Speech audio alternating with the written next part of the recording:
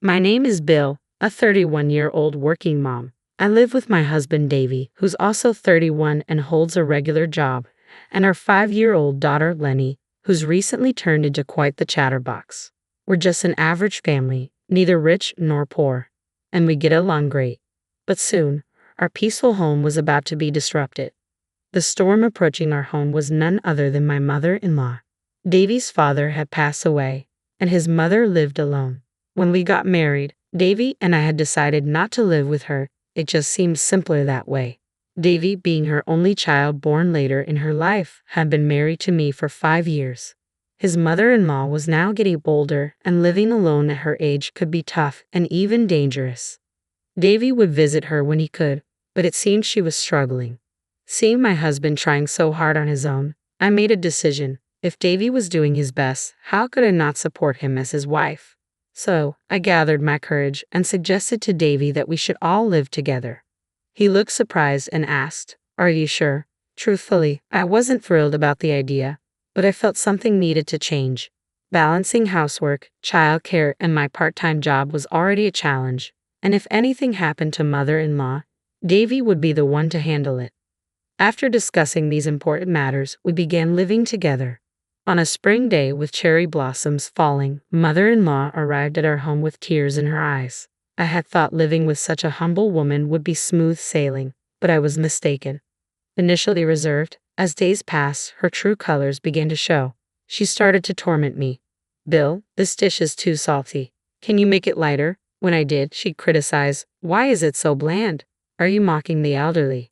How rude." And that was just the beginning. "Please hand wash all my clothes. They'll get ruined in the machine. They're all expensive, you know," she demanded. When I suggested dry cleaning, she retorted, "That's wasteful. You've lived comfortably thanks to my son, so stop wasting money and start saving." Clearly, she was just trying to annoy me. And that was just the beginner's level. Intermediate level torment went like this. "Bill, are you wearing makeup? It won't help. You're too plain." She'd comment on my appearance despite spending over 2 hours on her own makeup each morning, looking like a different person without it. I respect her desire to look beautiful, but isn't her foundation a bit too pale? I think to myself. What was worse, she threw away my precious makeup set. Nonchalantly, she said, "Makeup won't help you. It's a waste of money. Live without it. I have the most thoughtful family member. You should be grateful." This relentless torment only occurred when we were alone, always waiting for moments when my husband was away and our daughter was at kindergarten. I didn't want to speak negatively about her to my husband, since she's his mother, but I wished he would listen.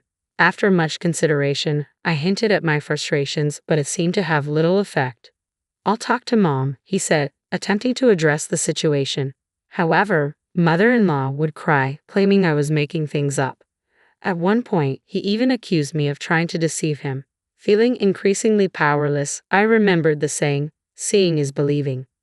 Deciding to secretly record my interactions with my mother-in-law, I carefully placed the camera.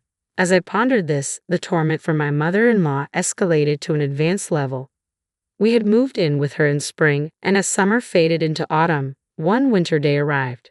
My husband was away on a business trip, and our daughter was staying with my parents. It was snowing heavily outside. Normally, I would bike to my part-time job, but due to the weather, I walked and returned in the evening. Upon arriving home, I usually cleaned, did laundry, and prepared dinner. However, on this cold winter night with heavy snowfall, hand-washing delicate laundry wasn't ideal. Nevertheless, mother-in-law cheerfully handed me her laundry. "Here's today's laundry. They're delicate, so be sure to hand-wash them," she emphasized, knowing it would irritate me. "I'll wash them with warm water," I started. "No, you can't. The colors will fade and it'll damage them." "Absolutely wash them with cold water," she insisted. Frustrated by her unreasonable demand, I snapped, "This is ridiculous.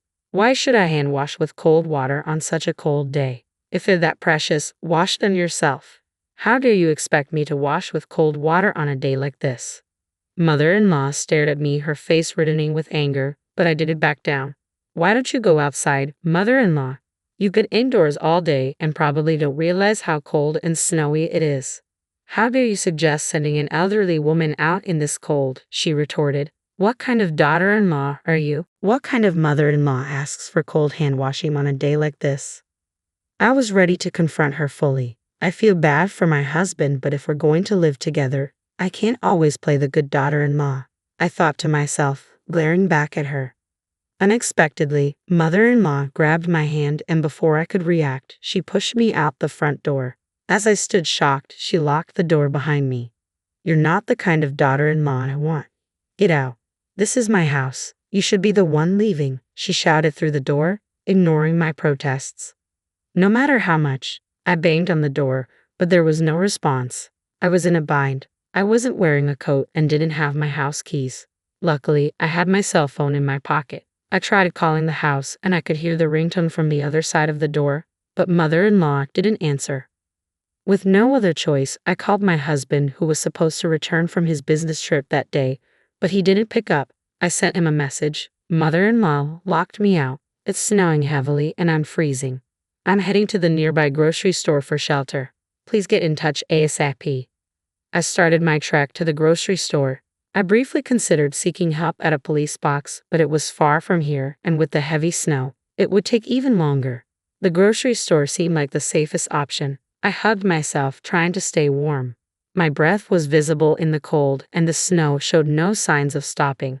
The accumulation was making the streets increasingly deserted. Cars, bikes, and pedestrians were nowhere to be seen. After what felt like a long journey, I finally reached the grocery store, only to find a sign saying it was closed due to heavy snow. Disheartened, I realized my only option now was the police box. I wondered how long it would take to walk there in the snow, feeling increasingly desperate. I pressed on, but I could no longer feel my fingers or toes. Checking the time on my phone, an hour had passed since I was locked out. I tried calling home again, but mother-in-law still didn't answer. As I walked through the transformed cityscape, heading for the police box, I suddenly heard a cry for help. Help! I stopped in my tracks. I was near a bridge over a river. I strained my ears and heard it again. Help me! Hurrying towards the sound, I looked down from the bridge. There, in the not-so-deep river, was a woman who had fallen and was calling for assistance. I rushed down the river bank to her. The icy water stung my feet, and the cold was so intense it felt painful, but I managed to reach her. Are you okay? I can't move, it's so cold, she replied weakly. Hang in there, I reassured her, trying to keep calm despite the freezing conditions. The arrival of help seemed to relax her momentarily. She leaned against me and then suddenly lost consciousness. What do I do? This is bad, I muttered to myself. I couldn't feel my hands or feet properly, and they wouldn't move as I wanted them to. Someone help, I shouted desperately, but my cries echoed in vain. I thought it was all over. Then I heard a man's voice. Hey, are you okay? My husband's face came into view, rushing towards me with a panicked expression. I blacked out. When I woke up, I found myself staring at a white ceiling. Bill, are you awake? My husband asked, looking down at me with concern. I realized I was in a hospital. Apparently, he had pulled both the lady and me out of the river and called an ambulance. It had happened yesterday, and I had been asleep ever since. How was your trip? I managed to ask. It went well. I couldn't answer when you called because I was on the bus. I tried calling back when I got to the bus stop, but you didn't pick up. There were no taxis running, so I ran home. I just happened to see you going into the river. What luck. I thought you had jumped in, but it seems it was the lady. According to my husband, the lady that tried to help had jumped into the river in despair. The cold water had shocked her back to reality, and she attempted to get out but couldn't move due to the cold. If we had found her any later, it might have been too late. So, the lady was okay? I asked, feeling relieved. Yes, he nodded. You should rest. You must be exhausted. Comforted by my husband's words, I drifted off to sleep. All the while, my anger towards mother-in-law simmered. A few days passed in the hospital, and I was back to my old self. Standing in front of my home after so long, I froze. Mother-in-law hadn't visited me once while I was hospitalized. Of course, there was no apology. She had locked me out on a snowy night, nearly causing my death. Honestly, I couldn't bear to live with her any longer. Feeling dejected, I opened the front door and stepped outside. To my surprise, mother-in-law was there, deeply apologizing. Belle, I'm so sorry, she said earnestly. What's going on, mother-in-law? I was taken aback by her unexpected apology. I never imagined something like that would happen. I truly regret locking you out. Please forgive me, she pleaded. I was speechless. This was truly unexpected. Mother-in-law continued. I never thought I would say this, but I'm sorry. Suspicious thoughts raced through my mind. Mother-in-law, who had always been aggressive towards me, who had locked me out in the snow. Could this be genuine? What will you do if I don't forgive you? I asked, narrowing my eyes at her. Mother-in-law's hand twitched slightly. I was freezing out there, you know. If my husband hadn't come, who knows what would have happened? Anyone would know what happens if you lock someone out in a snowstorm. If you didn't, does that mean you're not normal? I added sarcastically. Mother-in-law's face turned bright red. What did you just say? You think you can take advantage when someone's being nice? Don't get too cocky. My son said he'd end our living arrangement if I didn't apologize, so I did it. Now that I've apologized, let's forget about the whole locking out incident. Now get back to your chores, she said, her tone shifting abruptly. She had taken the bait so easily. My suspicions only deepened.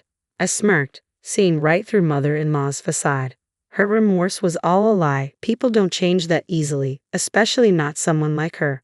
But just as I suspected, she began her antics again. Make sure you hand wash my clothes with warm water, she insisted. Are you still on about that? I retorted, exasperated by her ongoing demands. Only cook what I like. If it's not tasty, I'll throw it away. This is hopeless, absolutely hopeless, I muttered to myself, feeling resigned. She's beyond redemption. I sighed heavily and turned around. Saying all this, my husband, who had been standing nearby out of mother-in-law's sight, spoke up. Davey, her beloved son. What about work? Mother-in-law noticed him and turned towards him. I took the day off to be with Bill, he explained calmly. But Mom, you hadn't changed at all. Davey continued firmly. No, I was just joking, mother-in-law hastily interjected, trying to backtrack. It's not funny at all, Davey said sternly. I told you to genuinely apologize to Belle and never do such things again. But I did apologize, mother-in-law insisted defensively. You were about to revert to your mean self. That was just a joke, Davey countered. That's why it's not funny. I had warned my husband to keep his distance, but mother-in-law's reaction was as expected, if not more dramatic. She desperately tried to justify herself, but I couldn't help laughing.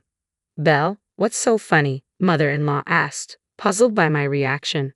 On the other hand, Mom, I'm talking now. Listen to me, Davey asserted calmly. I'm sorry. Even mother-in-law couldn't ignore her beloved son's words. Tearfully she listened as he continued his lecture. Why would you be mean to Belle when she agreed to live with us out of concern for you? I might have gone a bit overboard earlier, but I've never harassed her. I commented on the food's taste, but I just wanted her to know my preferences. I had asked for my clothes to be dry cleaned, but Belle insisted it was a waste and would hand wash them instead. Mother-in-law continued to complain, adding that Belle had thrown away her cosmetics right in front of her. She seemed intent on shifting blame away from herself. Unable to tolerate her denial any longer, I pulled out my phone and played a recording. Today's laundry, it's expensive, so definitely hand wash it. Mother-in-law's voice echoed clearly through the room. She screamed and tried to grab my phone, but I dodged her and continued playing. Definitely wash it with water. You're not the kind of daughter-in-law I want. Get out.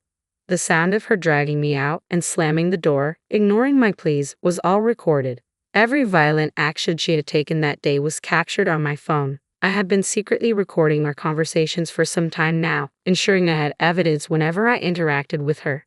Any rebuttal? My husband asked calmly, confronting his mother. Mother-in-law was left speechless, unable to defend herself. Is there anything else to say? I intervened. Yes, this is the end. You've trampled all my feelings of wanting to care for you. I want you to leave. I'm cutting ties. You can live on your own. We won't contact you again. Even if you reach out, we'll ignore it and won't meet.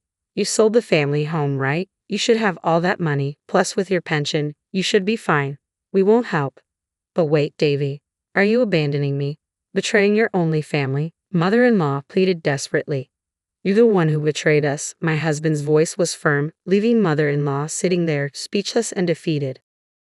The only sound in the room was the dripping of melted snow from the roof. From that moment on, things moved swiftly. While mother-in-law sat there, lifeless, my husband and I packed her belongings. Her hometown was a 2-hour train ride from our place. She had distant relatives there, but she had been estranged from them for so long that no one would probably care now. She rarely went out when she lived with us, so she likely didn't have any friends. But now, it didn't matter. Bye, Grandma. My daughter waved at mother-in-law, her cheerful gesture devoid of any sadness. Finally, mother-in-law broke down into tears as the taxi carrying her drove off, leaving behind her sobs. I felt nothing as I watched her leave. It was her own doing. With that thought in mind, I entered our home, feeling refreshed. Time passed, and rumor said mother-in-law lived alone in an apartment. We still received calls from her, so she must be alive, but we never met or spoke to her, just as we promised. She would probably live a lonely life, having destroyed the happiness she could have had. While listening to the washing machine, I served tea to an unexpected guest, an elderly woman, the very same lady I had saved on that snowy day. She had been living a lonely life filled with despair, but the cold river water that day had made her want to live a bit longer. My son offered to live with me. That's wonderful. His wife is lovely, she shared, but I didn't want to be a burden, so I decided to move nearby instead. That's nice. I've been lonely since my husband passed away. I thought life had nothing good left, but I was wrong. I replied warmly. I'm glad you realized that. As long as I'm alive, there's hope. Thank you for saving me that day, she said with a grateful smile. I smiled back at her, seeing a lady who had lived her life with determination and had now found happiness. Mother-in-law, on the other hand, had ruined her chance to live with her son and his family. There are so many ways to grow old, and everyone's path is different. Our own attitudes shape whether our later years are happy or sad. Seeing these two elderly women, I had a clearer idea of the kind of future I wanted to ensure. A happy future, protecting the peaceful days I have now. I reminded myself of the path I should take.